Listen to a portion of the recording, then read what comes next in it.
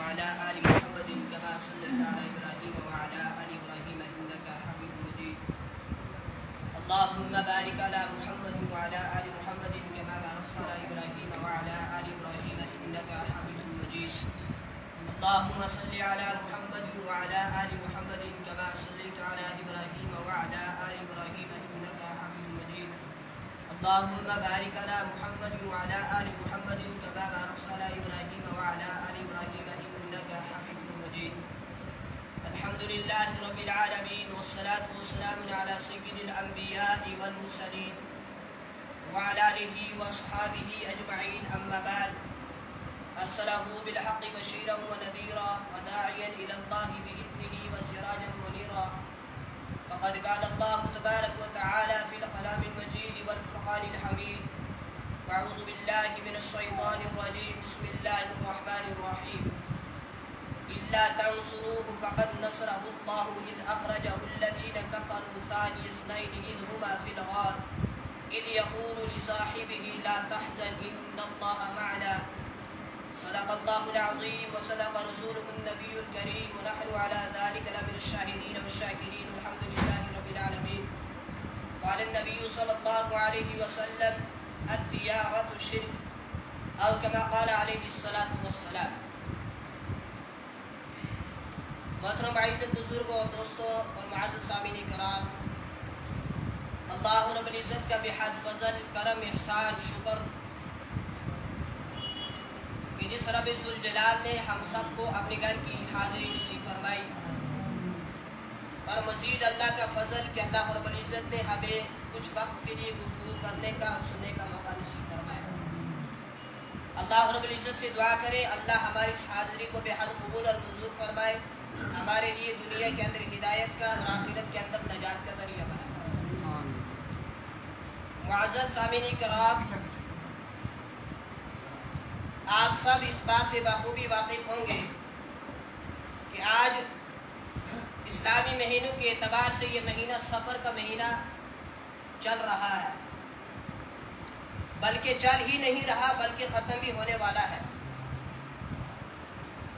معزز سامعین کرام، یہ وہ مہینہ ہے جس مہینے کے آخری عشرے کے اندر جناب رسول اکرم صلی اللہ علیہ وسلم نے مکہ المکرمہ سے مدینہ طیبہ ہجرت فرمائی تھی.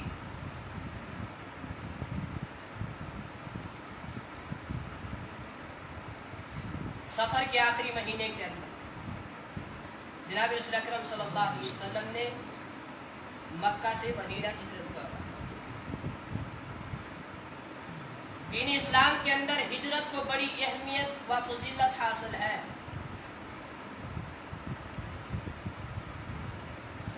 اگر انسان کا دین خطرے کے اندر ہو، اصل چیز تو پہلے تو ہے وطن کی محبت. اسی بنا پر آپ صلی اللہ علیہ وسلم نے جب مکہ کو چھوڑا تھا، ہجرت فرما کر مدینہ جانے والے تھے، اس وقت آپ صلی اللہ علیہ وسلم کی آنکھوں کے اندر آنسو جاری تھے، آنسو تھے. جس وقت آپ مکہ کو چھوڑ رہے تھے، فرمایا: اے مکہ، میں تجھے کبھی نہ چھوڑتا اگر یہاں کے لوگ مجھے نہ ستاتے. اصل جو چیز ہے وہ دین کی محبت ہے. اگر انسان کا دین خطرے کے اندر ہو، پھر مال، زمینیں، جائیدادیں، خاندان، رشتہ دار، سب چیزیں چھوڑی جا سکتی ہیں.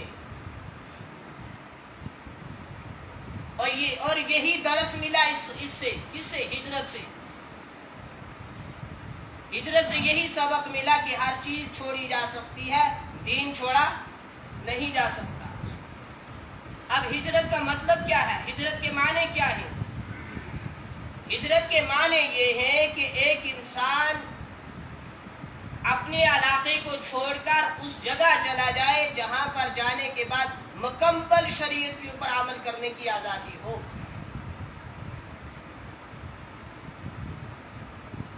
یا بلکہ آسان لفظوں کے اندر یوں سمجھے کہ ہجرت کسے کہا گیا؟ اپنے علاقے کو چھوڑ کر کسی دوسری جگہ جا کر قیام پذیر ہو جانے کو ہجرت کہا گیا. شریعت کی زبان کے اندر ہجرت کسے کہا گیا؟ اللہ اور رسول صلی اللہ علیہ وسلم کی خوشنودی حاصل کرنے کے لیے اپنے ملک کو چھوڑ کر اس جگہ جانا جس جگہ جانے کے بعد مکمل شریعت پر انسان عمل کر سکے، اس پر آزادی ہو، اسے ہجرت کہا گیا۔ اور ہجرت صرف وہی ہجرت ہے جو صرف اللہ اور اس کے رسول صلی اللہ علیہ وسلم کے لیے کی گئی ہو، کوئی اور چیز مقصد نہ ہو۔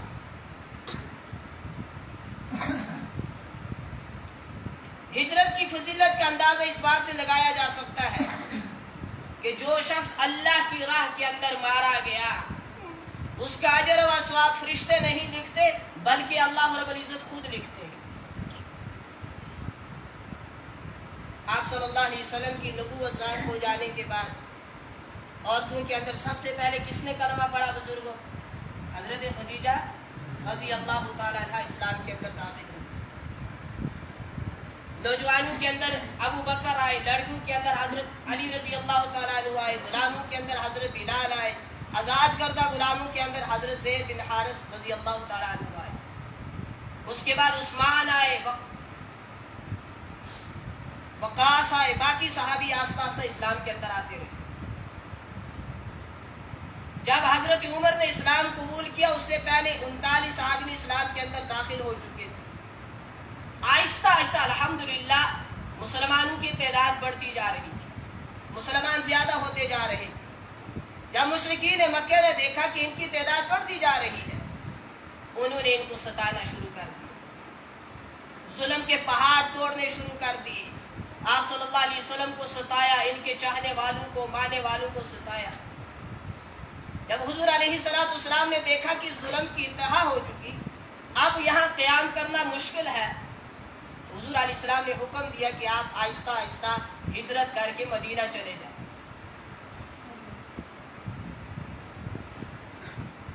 فوراً صحابہ نے جب یہ بات سنی تو عمل کے لیے تیار ہو گئے۔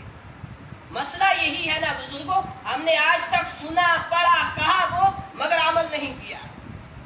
عمل کے اعتبار سے 0% سے بھی نیچے ہیں ہم۔ سنتے، کہتے، پڑھتے، لکھتے بہت ہیں، لیکن عمل کے اعتبار سے بالکل خالی ہے۔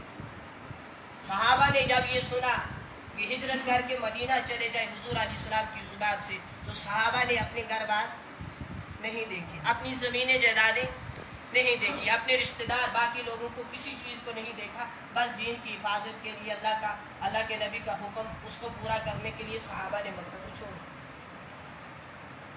حضرت ابو بکر رضی اللہ تعالیٰ عنہ نے اجازت چاہی، مجھے اجازت ہے میں بھی چلا جاؤں۔ حضور علیہ السلام نے فرمایا، آسان لفظوں کے اندر سمجھے کہ آپ میرے ہی ساتھ ہجرت فرمائیں گے، ہجرت کے سفر میں آپ میرا کیا رہیں گے؟ رفیق رہیں گے، آپ کو رفاقت نصیب ہوگی۔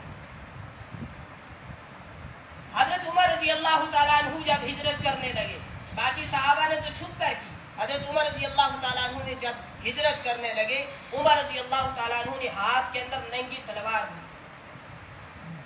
اور جا کر کعبہ کا طواف کرنے کے بعد، اس کے بعد باہر آنے کے بعد للکار کر کفار کو کہا، اے مشرکین مکہ، عمر ہجرت کر کے مدینہ جا رہا ہے، عمر مکہ کو چھوڑ رہا ہے، مدینہ جا رہا ہے، اگر آپ میں کسی کے اندر جرت ہو، طاقت ہو، کسی نے ماں کا دودھ پیا ہو تو عمر کو روک کر دکھائے۔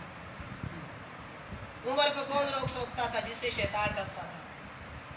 ان کے کہاں باس کی بات تھی عمر کا سامنا کرو۔ عمر رضی اللہ تعالیٰ عنہ نے علی اعلان ہجرت کی، مکہ المکرمہ سے مدینہ طلب۔ اب آپ علیہ السلام کے اس حکم کے بعد خفیہ طور پر سلسلہ شروع ہوا ہجرت کا، مگر ہجرت کرنا کوئی آسان کام نہیں تھا۔ جو ہجرت کرتا، کفار مکہ اسے ہجرت کرنے نہیں دیتے تھے، مدینہ نہیں جانے دیتے تھے، وہ طرح طرح کے مصائب سے گزرتا تھا۔ حضرت صہیب رومی رضی اللہ تعالیٰ عنہ نے ہجرت کرنا چاہی، ہجرت کرنے جا رہے تھے، کفار نے گھیرا ڈالا اور گھیر لیا، پکڑ لیا، کہا صہیب جب تم مکہ کے اندر آیا تھا تو بالکل غریب تھا، فقیر تھا، مفلس تھا، اب یہاں سے مال کما کر مدینہ جا رہا ہے، نہیں جانے دیا جائے گا۔ صہیب رضی اللہ تعالیٰ عنہ نے کہا، اگر میں یہ مال متا تمہیں دے دوں تو مجھے اجازت ملے گی؟ قربان جائے صحابہ رضی اللہ تعالیٰ عنہ پر۔ میں اکثر کہا کرتا ہوں، چلنا ہے تو نقش قدم کس پر چلو؟ صحابہ کے نقش قدم پر۔ نمونہ بنا اللہ علیہ وسلم کی ذات کو بناؤ. آئیڈیل کسی کو بنانا ہے تو حضور علیہ السلام کی ذات کو بناؤ. ان کے پیچھے امت چلے گی تو منزل کو پہنچے گی. یہ رستہ چھوڑے گی تو دور بھٹک جائے گی, اللہ تک نہیں پہنچ سکے گی. تو خیر صہیب رومی رضی اللہ تعالیٰ عنہ نے کہا اگر یہ مال متا جو میں نے کمایا ہے تمہیں دے دوں تو مجھے جانے دو گے؟ مشرکین مکہ نے کہا پھر اجازت دے دیں گے. حضرت صہیب رومی رضی اللہ تعالیٰ عنہ نے اللہ اور رسول کی رضا کی خاطر سارا مال و متا ان کو دے دیا اور ہجرت کر کے مدینہ آ گئے. حضور علیہ السلام نے جب یہ واقعہ سنا تو فرمایا صہیب نے سارا کچھ لوٹانے کے بعد بھی اس سودے کے اندر نفع حاصل کر لیا. ایک انسان کیوں؟ انہوں نے اللہ کو راضی کر لیا, انہوں نے اللہ کی رضا کے لیے مال قربان کر دیا. ایک انسان کے پاس سب کچھ میسر ہے, اس سے اللہ ناراض ہے. بزرگوں یہ شخص فائدے کے اندر نہیں ہے, گھاٹے کے اندر ہے. اور ایک انسان کے پاس کچھ نہیں ہے, تن کے اوپر لباس نہیں, کھانے پینے کے لیے چیزیں نہیں, اور اپنا سر ڈھانپنے کے لیے چھت نہیں, سونے کے لیے بستر نہیں. اس شخص سے اللہ راضی ہے تو اس سے بڑا فائدے مند کوئی نہیں. مقصد یہ ہے اللہ کو راضی کرنا. اور بات میں سے بات آ گئی, تبلیغ کا مقصد اور مدعا کیا ہے؟ یہ تبلیغ کیوں کی جاتی ہے؟ اس کا مقصد کیا ہے؟ اس کا مطلب کیا ہے؟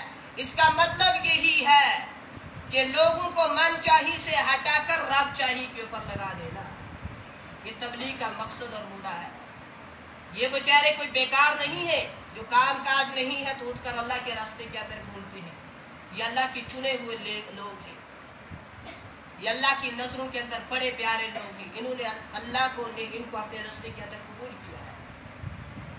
کہاں گھر کے اندر کھراٹے مار, کہاں گھر کے اندر عبادت کرنے والا اور اللہ کے راستے کے اندر سونے والا کہاں برابر ہو سکتا ہے؟ نسبت بدلی نا. آج سے کتنے سال بزرگوں جامعہ بڑے نے کتنا وقت ہویا؟ غالباً 2006 کے اندر بنی ہے. جتنے سال ہو گئے, اس سے پہلے اس دھرتی کے اوپر جو بھی شخص آتا تھا, چاہے کوئی بڑا تھا, چھوٹا تھا, عام تھا, خاص تھا, جوتا پہن کر آتا تھا. اب اس کی نسبت بدلی, اس جگہ مسجد بنی. یہاں کوئی بڑا سے بڑا خطیب, مجدد اور مفکر, مفسر قرآن, حافظ حدیث, حافظ قرآن, دنیا کا پرائم منسٹر بھی آئے گا, جوتے پہن کر آنے کی اجازت نہیں ہے. کیوں؟ اس کی نسبت بدل گئی. اب یہ جگہ عام نہیں ہے, یہ خاص جگہ ہے. کیوں؟ اس کے اوپر اللہ کا گھر بنا ہوا ہے. جب نسبت بدلی پھر مقام بھی بدل گیا. تو خیر آہستہ آہستہ صحابہ رضی اللہ تعالیٰ عنہ مدینہ کی طرف جا رہے تھے, ہجرت کر رہے تھے. کفار مکہ مشرکین جو تھے یہ بیٹھ کر میٹنگ کرتے تھے, تدبیریں قائم کرتے تھے. کس لیے؟ نعوذ باللہ ان کو ہجرت نہ کر دی جائے, ان کو قتل کر دیا جائے, انہیں ستایا جائے. یہاں یہ لوگ نبوت کو مٹانے کا پروگرام, میٹنگ کر رہے ہیں, مشورے کر رہے ہیں. وہاں اللہ نبوت کو سجانے کی, چمکانے کی میٹنگ کر رہا ہے. یہاں شیطان نبوت کو ختم کر دینا چاہتا ہے, وہاں اللہ نبوت کی حفاظت کرنے کے لیے میٹنگ کر رہا ہے اور تدبیریں کر رہا ہے. خیر انہوں نے اپنے اس کام کو عملی جانہ پہنانے کے لیے کفار مکہ مشرکین جو تھے, انہوں نے ایک رات کا انتخاب کیا. اس رات کے اندر ہم جن چیزوں کا ارادہ کرتے ہیں اس کو عملی جامہ پہنائیں گے. ان کی ناپاک رائے کی خبر اللہ نے جناب رسول اکرم صلی اللہ علیہ وسلم کو دے دی. کہا کہ اس وقت کو یاد کرے جب کفار میٹنگ کر رہے تھے, تدبیریں کر رہے تھے کہ نعوذ باللہ آپ کو قتل کر دیا جائے, آپ کو مار دیا جائے, آپ کو ہجرت نہ کی جائے. ہم ان سے بہتر تدبیریں کرنے والے ہیں.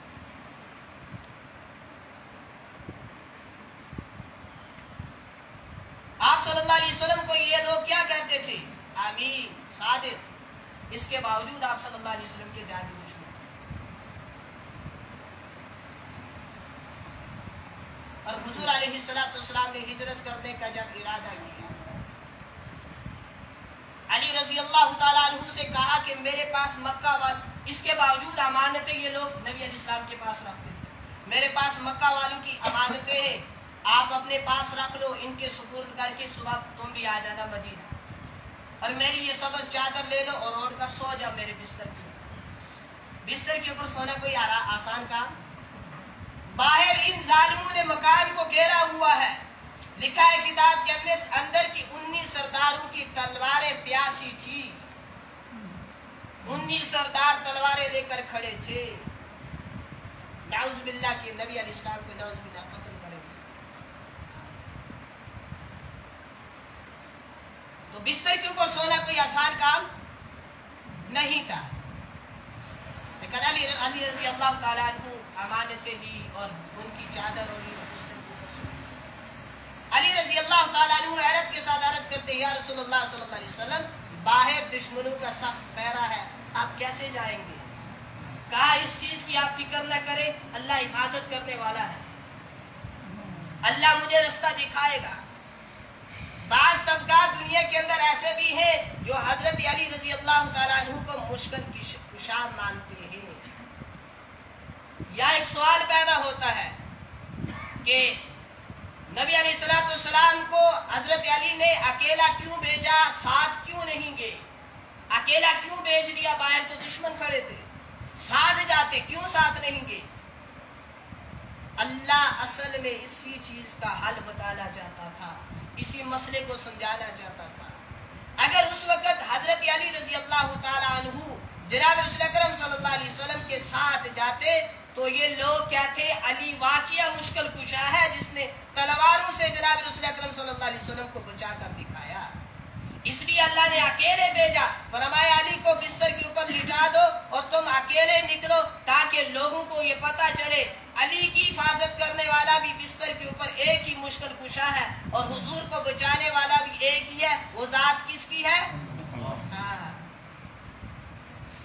اگر علی ساتھ چلے جاتے تو یہ طبقہ کہتا واقعی علی مشکل کشا ہے، انہوں نے تو تلواروں سے ان کی حفاظت کی تھی۔ اصل میں اللہ اس مسئلے کو سمجھانا چاہتا تھا۔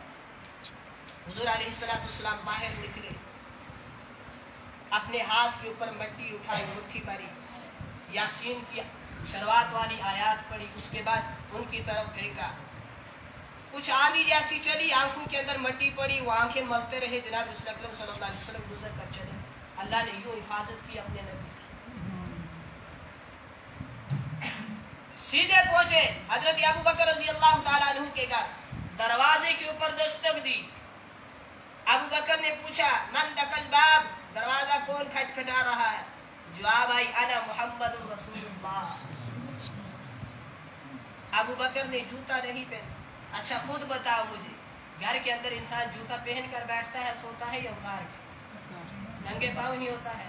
ابو بکر اسی حالت میں باہر آئے، دروازے کے اوپر دروازہ کھولا، جوتا نہیں پہنا، کہا یا رسول اللہ صلی اللہ علیہ وسلم مجھے حکم دیتے، آپ کا غلام سر کے بل چل کر آپ کے پاس آتا، آپ نے اتنی تکلیف کیوں میرے پاس آئے؟ کہا ابو بکر میں وہ نبی ہوں جس کے پاس تیس و کسرا چل کر آئے، جس کے پاس پیغمبر چل کر آئے، جس کے دروازے کے اوپر جبریل جیسی ہستی چل کر آیا کرتا تھا، لیکن آج مجھے حکم ہے میں تمہارے پاس جاؤں، ہجرت کا حکم ہو چکا ہے۔